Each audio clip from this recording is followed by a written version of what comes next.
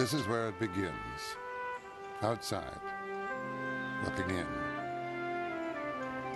But as fate will have it, this boy is about to pass into another world, where an incredible meeting will change his life forever.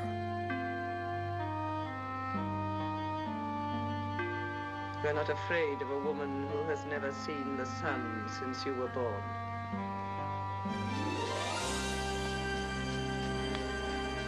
The journey of Philip Pirrip from the shadows of society up to its dizzying heights is an epic one. Along the way, there is the pain of falling in love with the wrong person, the pleasure of having dreams come true, and the realization that no matter how far you run, you can never really escape your past. As the boy plays the remarkable hand life has dealt him, it's hard not to wonder what any of us would do in his place. Because we've all been there, on the brink of destiny, just waiting to see what the future holds.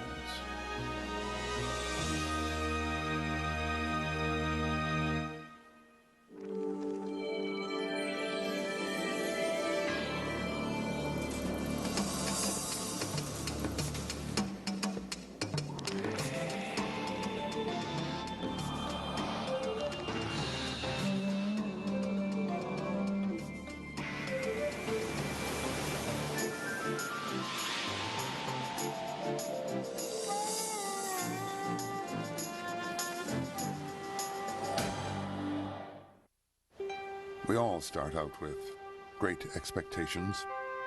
Maybe that's why so many people take this 13th novel of Charles Dickens so personally. There's so much of Great Expectations that feels like it's, to me, the story of my life. You know, I have no idea why I am where I am.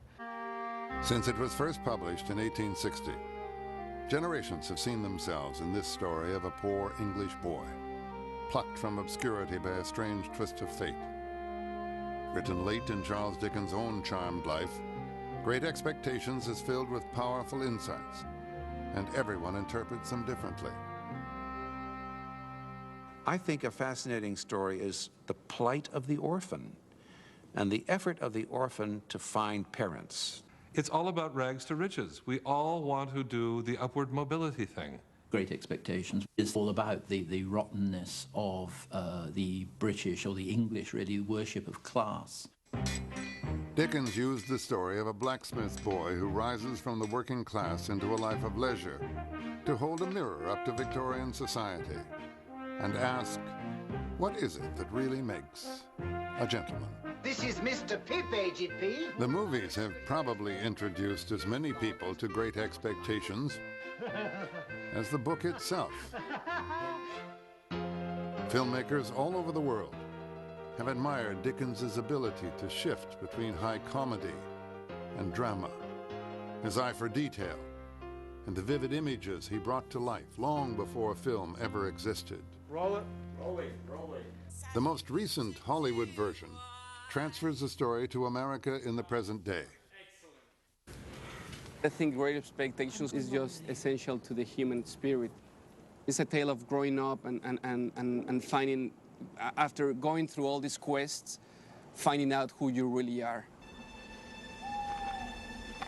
The quest begins one Christmas Eve, about 1830, as Philip Pirrip, otherwise known as Pip, visits the graveyard where his parents lie buried.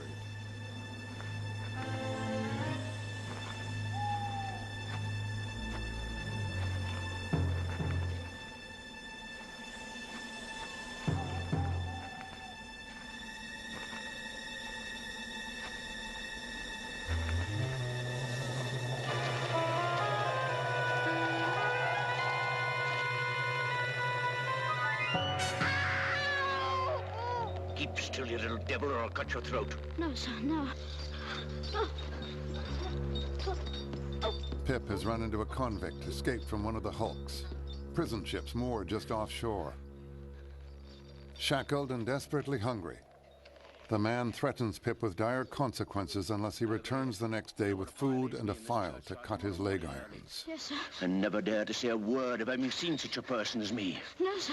If you do, your heart and liver will be tore out and roasted. There's something sort of gothic and horror story about it.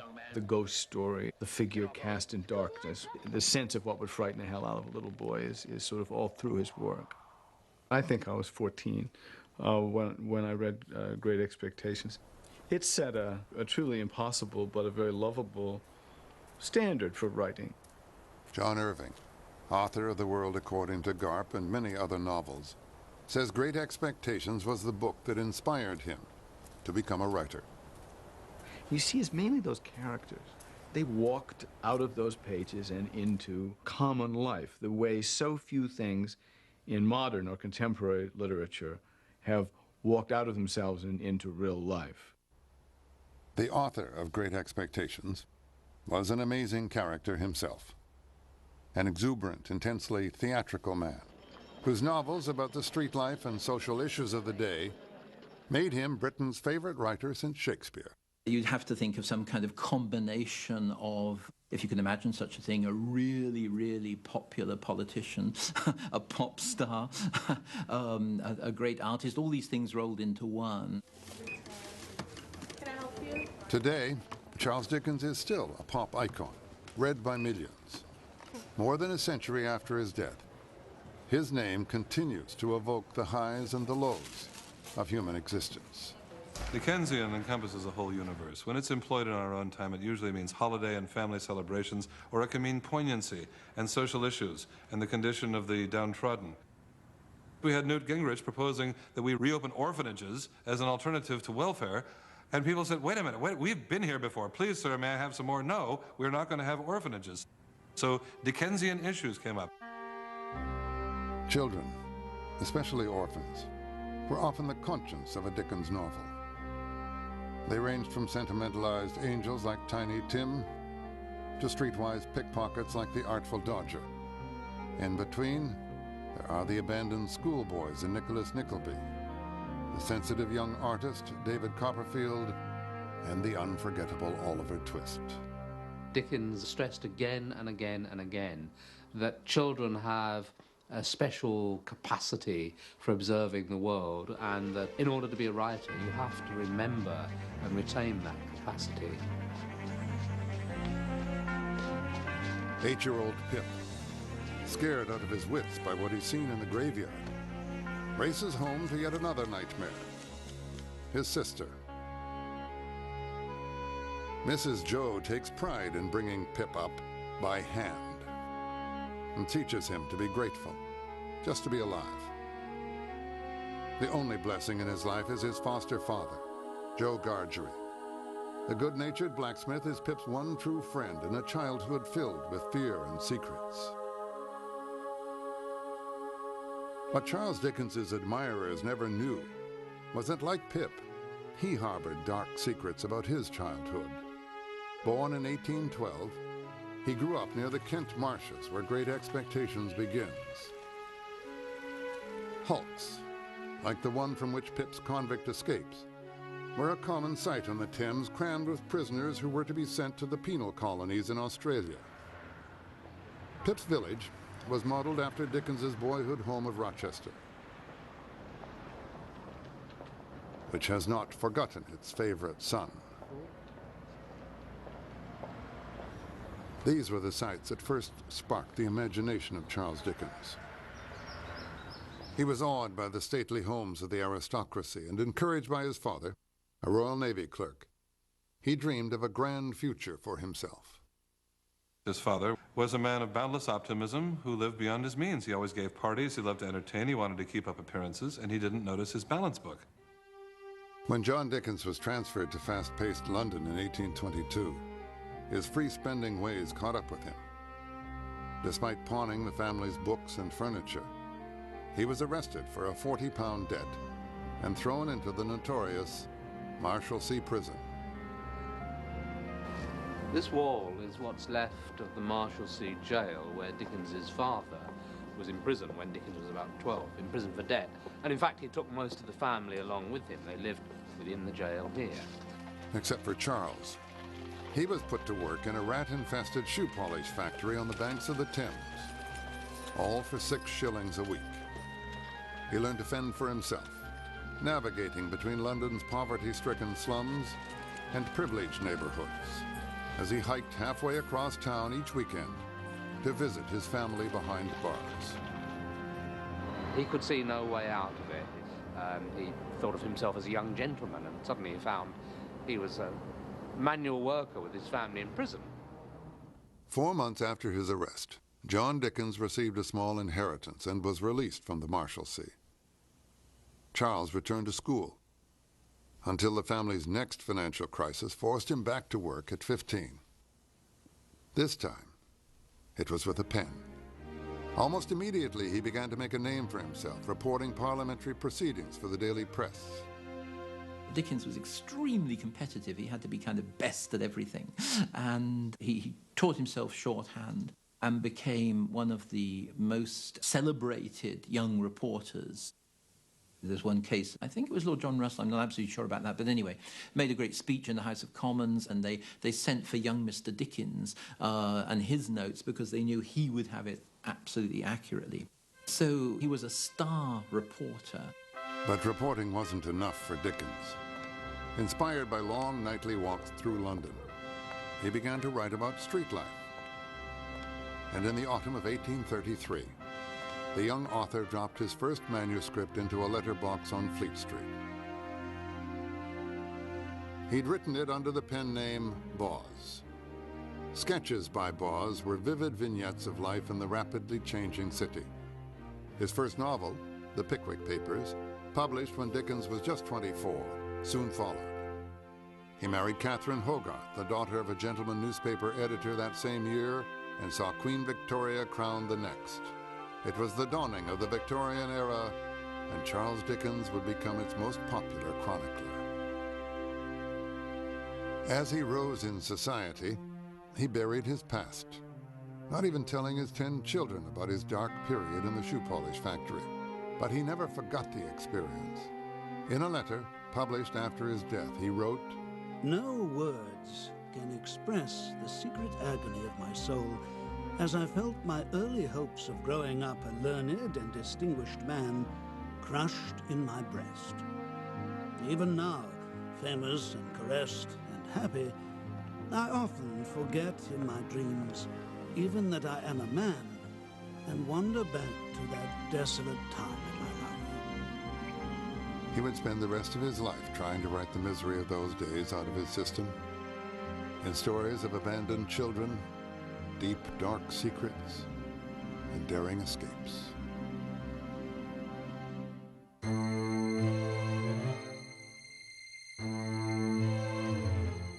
Armed with a file from Joe's shop and some food from the larder, Pip returns to the cemetery and brings the starving fugitive a much-needed Christmas dinner. I said I'm glad you enjoy it. Thank you, boy. I do. The prisoner is recaptured that night, but realizing Pip has kept his secret, he returns the favor. I wish to say something respecting this escape. It may prevent some persons laying under suspicion along me. What is it? I took some food from the blacksmith near the village. I'm sorry to say I've eat your pie. We don't know what you've done, but we wouldn't have you starved to death for it, poor miserable fellow creature, would us, Pip? Give way, you. And on that note, Dickens left his readers waiting a full week to find out what happened next.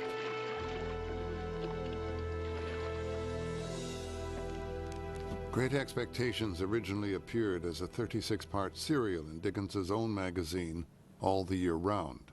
It was an instant hit, selling 100,000 copies a week. By the time Dickens wrote Great Expectations, he had been famous for many years and was very much in tune with what the public wanted. All his novels were serialized. It allowed him to improvise. If readers reacted critically, Dickens could change the course of events in future installments. The people who could not read got in the habit of grouping together and contributing their farthings and their halfpence and buying the newest shilling number, and the one among them who could read would gather them together and read it to all of them. Do you want to be a gentleman to spite her or to gain her over? Biddy asked me. I don't know. The aristocracy met to read Dickens aloud. Queen Victoria enjoyed Dickens and was said to have called in her ministers when she finished Oliver Twist to ask if the awful conditions it described were true. Members of high society often thought his attacks on the class system and the brutality of British boarding schools were unfair. But that didn't stop them from buying the next installment of Great Expectations. In an age when there were no movies or TV, Pip's adventures and the trials of Dickens's brave heroine, Little Nell, were the soap operas that united the entire English-speaking world. When the ship bringing the current installment of Old Curiosity Shop landed in New York, there was a crowd of people on the dock. And before it even had come to its mooring, there were cries out to people on board, "Did Little Nell die?" So this was the kind of impact Dickens had. That impact extended beyond the general public to fellow writers. Tolstoy had a picture of Dickens on the wall of his study. Dostoevsky read him in prison. Later, Bernard Shaw cited him as a major influence. And George Orwell was so impressed by Dickens's creative output, he said, "It's not so much a series of books, it's more like a world." One of the reasons why I believe he's a great writer is because he wasn't just a novelist. He was an editor. He was a journalist. He wrote letters all the time. He wrote plays. He wrote poems and songs. He's someone who wrote all the time. There was a standard of language there. Comic language, embellished, enhanced language, very complicated sentences, lots of asides, as if the writer were talking to several sides of his own personality at once, as if everything were parenthetical, set apart by dashes, semicolons galore, colons every 4 or 5 lines. None of this 1 comma, 1 period, and out Hemingway bullshit. What I most admire about Charles Dickens is the sheer tenacity of him, you know? The sheer, how he writes these stories after stories, and the bigness and the grandness of the stories, and yet he takes his time, and all the small details are there. When he describes what the inside of a hackney cab was like, where there'd be straw on the floor and the leather and the aroma of the horse and the driver, who usually hadn't had a bath, and the person who had been occupying it just before. If you could ever get an odor from reading, get the smell, you get it from reading Charles Dickens. Few writers have captured the sights, sounds, or smells of life the way Dickens did. He wrote from the heart, and his readers followed wherever his imagination led them. This is the kind of place very much at the heart of Dickens's imagination, a prison. Prisons are featured repeatedly in Dickens's books. Mr. Pickwick is imprisoned in the Fleet. Fagin finishes his days in Newgate. Little Dorrit is a novel about prison in many ways. And Great Expectations, of course, is a novel very much centered upon prison. It features the hulks, it features Newgate. It also features what has often been called imprisoning states of mind. Pip is introduced to a different sort of prison altogether when he's invited to play at the house of Miss Havisham, a rich recluse who has locked herself away from the world. This is Pip's first encounter with someone in a class above his. It will change his life. In an armchair sat the strangest lady I'd ever seen, or shall ever see. She was dressed in rich materials with a long white veil and bridal flowers in her hair. But her hair was white. Everything which ought to be white had lost its luster and was faded and yellow. The bride had withered like the flowers, and had no brightness left, but the brightness of her sunken eyes. Miss Havisham leads Pip into another room and points him towards a table covered with dust, where spiders have been spinning their webs undisturbed for decades.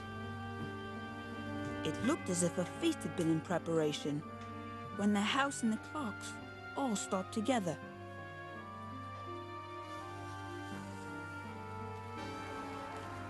Do you know what that is? A bride cake. Mine. Dickens is really showing us a physical setting of what a person's own private purgatory might be. But there are many people who lead Miss Havisham's emotional life without the trappings of the petrified, spider-ridden wedding cake. Many people with wounds that never healed, with scores to settle, having sworn off of life because it bit them once. Since Dickens dreamed up this fantastic apparition, Miss Havisham has been interpreted in dozens of different ways. As a self-pitying destroyer, What have I done? a wounded victim, a wicked witch, and a madwoman. Anne Bancroft is the latest actress to inhabit the haunting Miss Havisham, and the first to shed her wedding dress for a whole new wardrobe. Okay, good.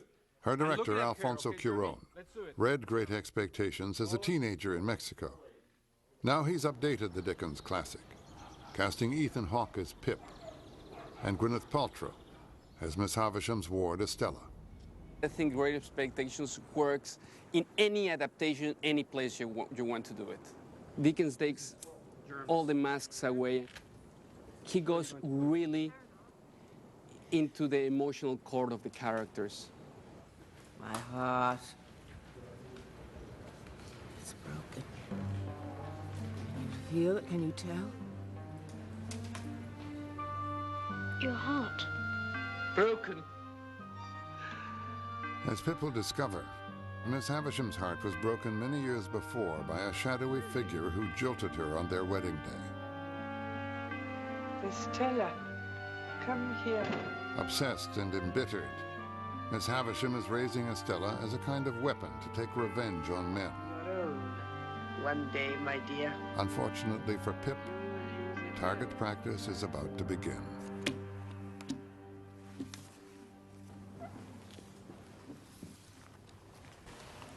What coarse hands you have. I had never thought of being ashamed of my hands before, but I began to consider them a very indifferent pair. Cry, why don't you? Her contempt for me was so strong that it became infectious, and I caught it. If I had a powerful sense of being unworthy, and she was everything I wanted, I'd say, yes, yes, I am that way, but I'll clean up my act for you if I can just get you to smile at me.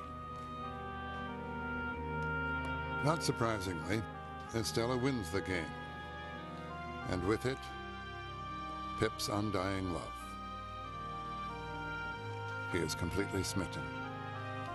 Miss Havisham bids him to return to play again the next week. I remember when I told my father that I was doing this book, he's like, Great Expectations. You know, when I told him that I was making a movie out of this, he said, Great Expectations. You may kiss me if you like. That Estella, right? Yeah. Oh, I loved her. Now you want to go home. She's the quintessential tease. Over the next few years, as Pip becomes a regular visitor at Miss Havisham's, he begins to feel differently about his future. One looked forward to being a blacksmith, like Joe. But now he dreams of becoming a gentleman. It is a most miserable thing to feel ashamed of home. There may be a black ingratitude in the thing, and the punishment may be retributive and well-deserved, but that it's a miserable thing, I can testify. And I think that's such a wonderful sentiment, because so much of the explanation of everybody's lives is how they feel about where they come from. You know, so much of what we do is in response to what happens to us at a very young age. And this guy, this Pip guy, is just so ashamed of himself and so ashamed of where he comes from that he's just dying to be something else. 4 years into his apprenticeship to Joe, Pip gets his first chance to move up in the world when an attorney named Jaggers appears at the forge. My communication to him is that he has great expectations. He announces that Pip is to receive a small fortune from a benefactor who wishes to remain anonymous. You will need some new clothes. They should not be working clothes. Pip assumes it is Miss Havisham who has saved him from a life of drudgery. And almost as fast as he changes into his new suit, the great expectations go to his head. Pip grandly bids farewell to Joe and sets off for his new life in the big city. London, the city that Charles Dickens called his magic lantern, is his single greatest character.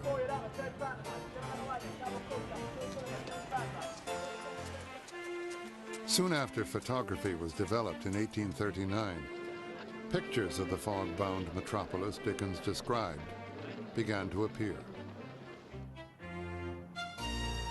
The Industrial Revolution was underway. He saw the stagecoach retired for railways and recorded the strange, unearthly noises heard from vehicles of all shapes, mingled up together in one moving mass like running water. It was a place, he wrote, where life and death went hand in hand. Wealth and poverty stood side by side. As one of the very few to transcend the class barriers, this self-made gentleman bridged the upper crust and the lower class.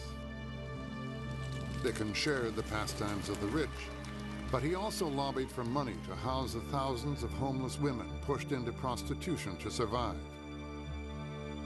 He opposed executions for smaller crimes like forgery, and argued that illiterate street children would become criminals and bring the city down.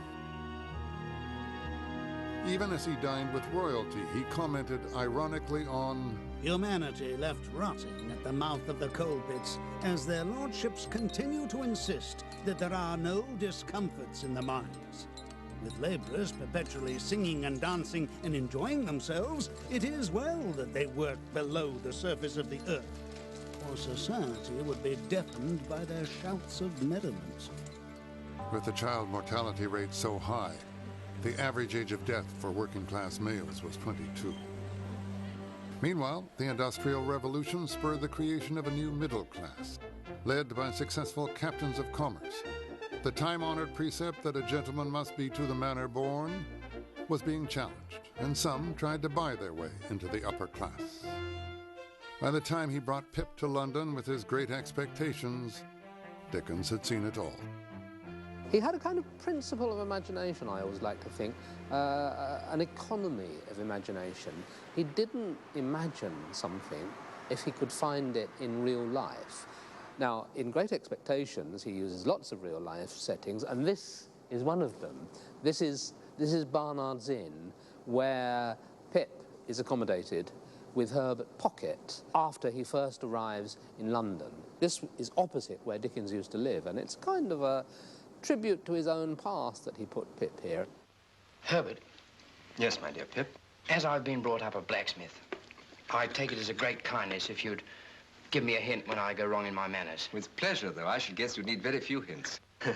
Thank you very much. Now, please tell me more of Miss Havisham. Ah, yes, Miss Havisham. But let me introduce the topic by pointing out that in London it's not the custom to put the knife in the mouth, for fear of accidents. It's scarcely worth mentioning, only it's as well to do as other people do.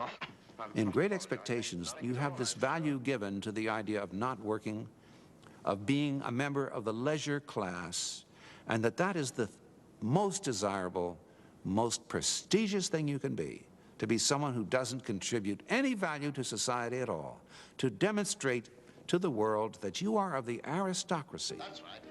And of course, that value, that insidious value, hooks Pip. Congratulations on your show. This modern-day Pip arrives in New York hoping to make it as an artist. Instead, he is soon hooked by one of America's most highly prized commodities. Here nowadays, it's not so much about the notion of class doesn't exist. It's pretty much about money. In this movie, it's kind of like he's given his dreams. Ben, good to see you. In the same way that it might have been a lower class, blacksmith's dream to be a gentleman in London. A blue-collar fisherman out in Florida. Like, go, yeah, I'd love to be famous. Congratulations on your success. My God, you're everywhere. I saw your spread, Anton Lafarge. Yes, be extremely nice to Anton, Finn. He has a lot of empty wall space. Originally, when he was following his true nature, he wanted to be an artist. Now he wants to be a famous artist so he can have Stella. There you are. Hey. I need to talk to you. We gotta go. We're ridiculously late. We just got here. The original Pip wasn't looking for fame, but acceptance as a true gentleman. Along the way, he becomes a terrible snob. When he hears that Joe is planning a visit, he confesses, If I could have kept him away by paying money, I certainly would have paid. Joe. How are you, Joe? That's one of the pivotal moments of the story, is when Pip turns on Joe. When he's not, it lets you know what's happened to him and how kind of vapid he's become. Pip, dear old chap, you've growed and you've swelled, and you gentlefolk has to be sure you're an honor to your king and country. And you, Joe. This man, a blacksmith, doesn't have the social standing that Pip comes to believe he must have. And so he, in a way, becomes embarrassed by this man he loves as his father and ceases to be a good son to him. Will you take tea or coffee, Mr. Gargery? Now that Pip considers himself a class above Joe, he no longer relates to him. Before he leaves, Joe addresses the situation with simple dignity. Pip, old chap, you and me is not two figures to be together in London. I'm wrong in these clothes, Pip. I'm wrong out of the forge and out of the kitchen off the marshes. But, Joe... You won't find half so much fault with me if you think of me as Joe the blacksmith. And so, God bless you, dear old Pip, old chap. God bless you. Pip's great expectations have cost him Joe. But he's too busy wooing Estella to care. I find that love story very sad. Pip's wasting his time. I don't think that Estella is able to love. I think that she's permanently damaged, and I think that he probably would be better off not following her out of Miss Havisham's garden. Come, Pip. I would least expect of a good and truthful novel that it creates a kind of marriage made in heaven. This is a marriage like some we've seen. This is a mating like many we've known. Wrong choice, but it happens anyway, right? Wrong choice, but that's one of the many things I like about the book, is just how impossible Stella is, but it doesn't matter. It's the woman he thinks was meant for him. Estella isn't interested, but Pip will not give up. When he hears that she plans to marry a particularly loathsome young aristocrat, he pours out his heart to her. You are part of my existence, part of myself. You're in every line I have ever read. In the wind, in the woods, in the sea, and in the streets. The stones of which the strongest London buildings are made are not more real or more impossible to be displaced by your hands than your presence and influence have been to me. To the last hour of my life, you cannot choose but to remain a part of my character. Part of the little good in me. There, take that, you cross little monster. Part of the evil. What powers Great Expectations and perhaps gives it a certain kind of sexual charge is the same as with the novel he wrote just before it, Tale of Two Cities, and the novel he's going to write after it, Our Mutual Friend. These are all novels about a man who is passionately in love with a woman that he can't have. Pip's obsession with Estella echoed a painful passage in Charles Dickens's own love life. 2 years before he began writing Great Expectations, he abruptly left Catherine, his wife of 22 years. He wrote of longing for the one friend and companion I have missed in life. I think he really was in a very deep turmoil. And just at that moment, there came into his life this young woman, this young actress. 17-year-old Ellen Ternan was one of the many aspiring actresses Dickens met while pursuing his passion for the theater.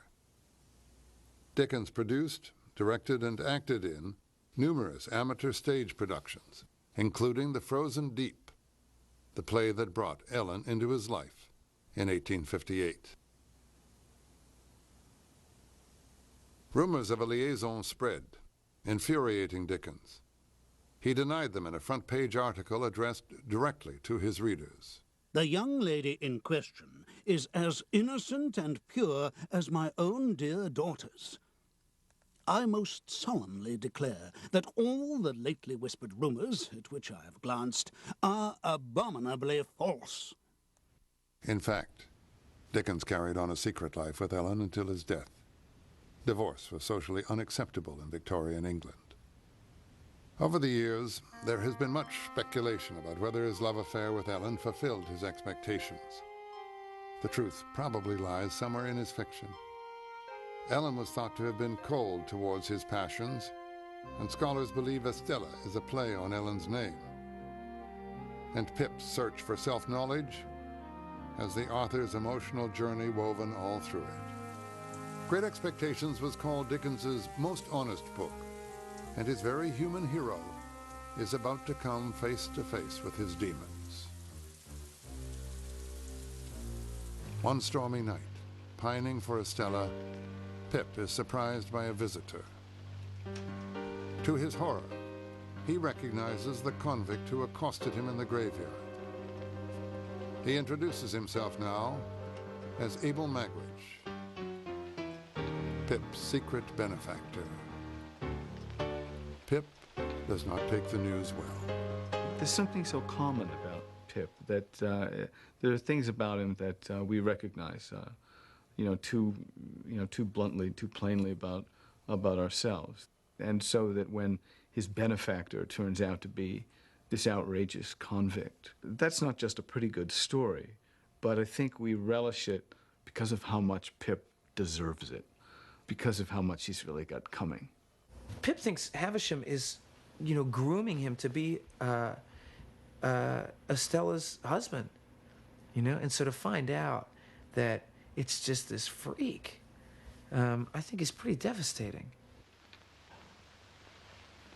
Magwitch has prospered as a sheep farmer in Australia, but never forgot the blacksmith boy who fed him on the marshes. He was determined to use the money he made to turn Pip into a gentleman. The idea that Magwitch would have read Pip as the one person who extended him a moment's kindness in a harsh world. This is his favorite theme. The bad man can become good. Arthur Miller tells us that we are all guilty. Tennessee Williams tells us that we're all lovable cripples. Dickens tells us that we are fallen angels who are on our way back home. Even if he believed society was rotten at its roots, Dickens never lost faith in individual human beings. Though Pip has failed every character test he's faced, his story isn't over yet. Sobered by the identity of his benefactor, Pip begins to take a hard look at himself. His expectations for himself have been largely false. They've been based on a kind of illusion, and he has to sort of pull himself together and assess that he is less than he thought he was, and less than he hoped he could be. Pip returns to Miss Havisham's house, where so many of his illusions were born. There, he finally realizes that he's been nothing more than a pawn in the old woman's cruel game.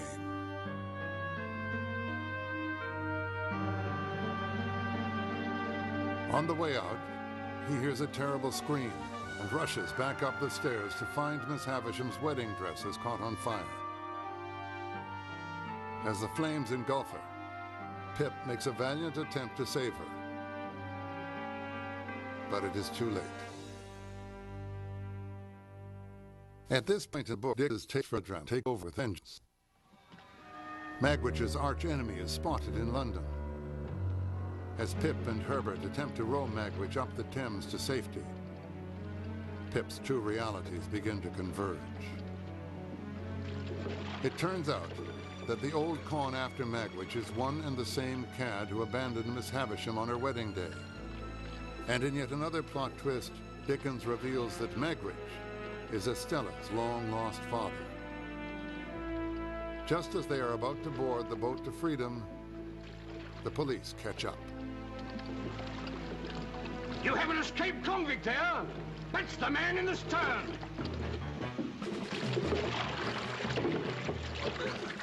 Dickens, in a way, through this melodramatic plot, is trying to show how the poison of class and the injustice, the divisions between people flow from that, how that goes on from generation to generation. The sentence of this court... Magwitch is condemned to death and his fortune forfeited to the crown. These events bring Pip to another crossroads. He realizes that there's more to life than social status, and stands by his patron during his last days in the prison infirmary. I believe that in acknowledging who Magwitch is, in dealing with his own revulsion, and then coming out with his real sense of gratitude, Pip doesn't realize that he's being more of a gentleman than he did in all of his social pretensions up till then. You better stay. There was nothing so becoming to a sense of what is noble than his protection of this humble criminal.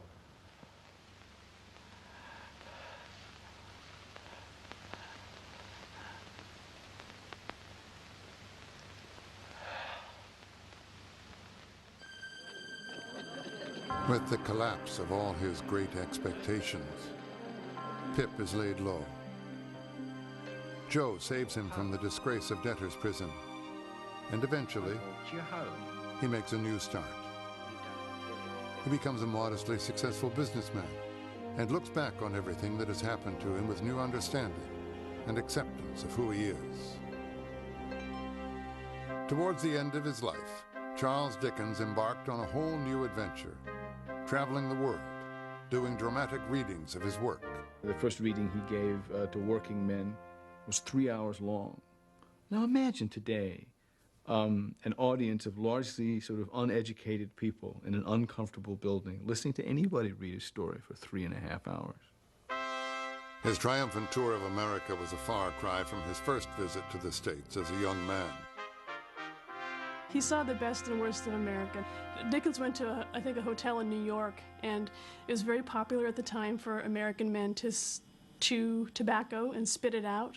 And he said that he thought that the floor of the hotel was paved with open oysters.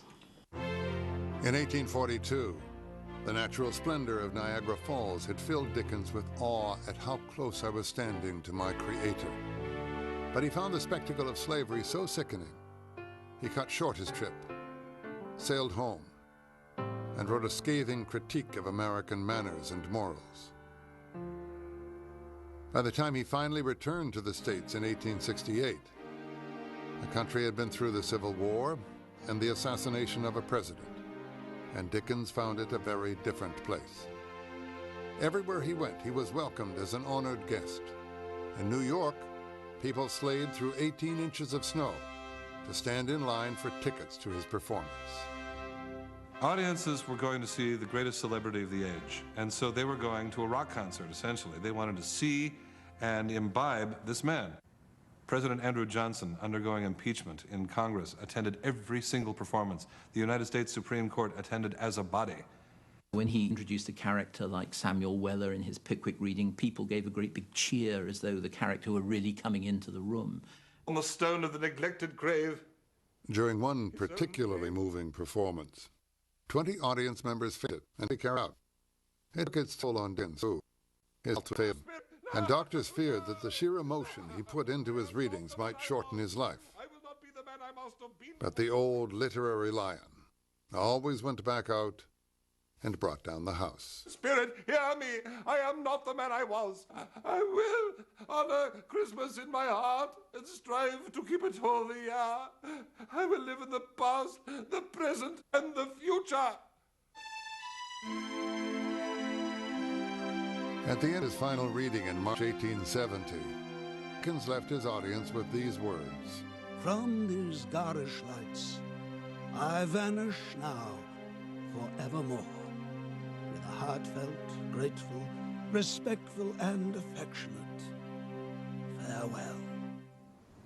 He spent his last years here at Gad's Hill Place, just down the road from his childhood haunts in Rochester. 10 years after he wrote Great Expectations, Dickens put in a full day working on The Mystery of Edwin Drood. He died June 9th, 1870, leaving his final mystery forever unsolved. He sat in his study here, wrote a couple of letters, went to dinner. During dinner, he was taken ill. People subsequently realized, had a stroke. He was laid on the couch in the dining room, and he died there the next day without recovering consciousness. Dickens didn't live long enough to see the abolition of debtors' prisons in Britain. But when they were finally closed, it was said, if the brutality of certain spectacles, such as public hangings or imprisonment for debt, have vanished from British life, if the children of the poor are treated with some respect and kindness, these things in part are the work of Charles Dickens.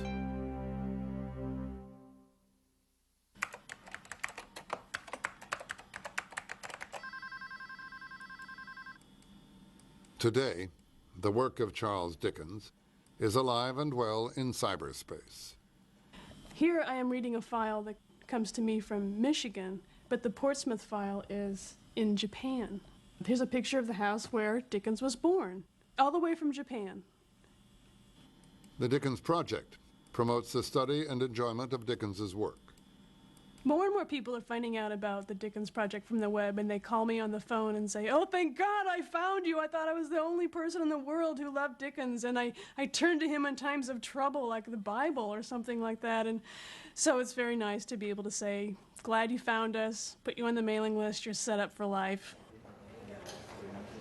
The singular genius of Charles Dickens continues to reach out to readers and inspire new writers. Actor Ethan Hawke recently published his first novel. I've only read a few of his books. You know, there's so many more to read for me. You know, somebody the other day was talking to me about Bleak House. Like, oh, you haven't read Bleak House? You gotta read Bleak House, you know?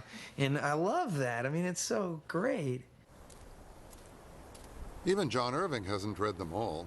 He's saving Dickens's Our Mutual Friend for a rainy day. I just always thought it would be nice to have one unread Dickens book to turn to, because it's meant so much to me to read the ones I've loved. Great Expectations was the first book I read with that kind of lingering enjoyment which, the further you get into a novel, compels you to slow down. I was disappointed in advance of finishing it. As it happens, there's still a little bit more to Pip's story. 11 years after the major events of the action, Pip goes back to the old house, and by golly, Estella just happens to be there at the same time. Stella. In the movies, Pip and Estella always live happily ever after. But in fact, Dickens struggled with the grand finale. He wrote two endings, and this isn't either one of them. The ending that Dickens had originally intended was a very, you could say, cynical ending, but you could also say just much more honest. You know, he in the original ending, he just kind of sees her pass by on the street, and, you know, is taken back by her, and she looked different and more, you know, like some bad things had gone down in her life. I am greatly changed, I know, but I thought you would like to shake hands, Pip. In her face and in her voice and in her touch, she gave me the assurance that suffering had been stronger than Miss Havisham's teaching and had given her a heart to understand what my heart used to be. Okay, so that was how the novel originally ended, and then Dickens's friend and fellow novelist, Bulwer Lytton, who was a very popular, very successful novelist, said to him, "You can't end it like that. People won't stand it." So Charles Dickens once again put pen to paper and gave Great Expectations an ending that can be read in many ways. I took her hand in mine, and we went out of the ruined place, and as the morning mists had risen long ago, when I first left the forge, so the evening mists were rising now, and in all the broad expanse of tranquil light they showed to me, I saw no shadow of another parting from her. Now that sounds like a love story, doesn't it? You know, I mean, it ends, but to be honest, I think it's a cheap ploy to make the reader happy. I saw no shadow of another parting from her. Well, you can take that 100 ways. You know, you can look at Pip and say, well, he didn't see a lot of things coming. You know, I mean, he didn't realize that Miss Havisham was having him on, was setting him up. So we could look at that ending sort of cynically or as modernly as we'd like to, and say that, well, here's Pip just deluding himself yet again. But I don't see it that way. We belong to each other. He loves this girl from the moment she begins to abuse him, and he still loves her. That's who he is. As Pip and Estella leave the ruins of the past, they may go on to a happy ending, or maybe they won't. Only one thing is certain. In Dickens, as in life, the future rarely turns out the way we expect it to.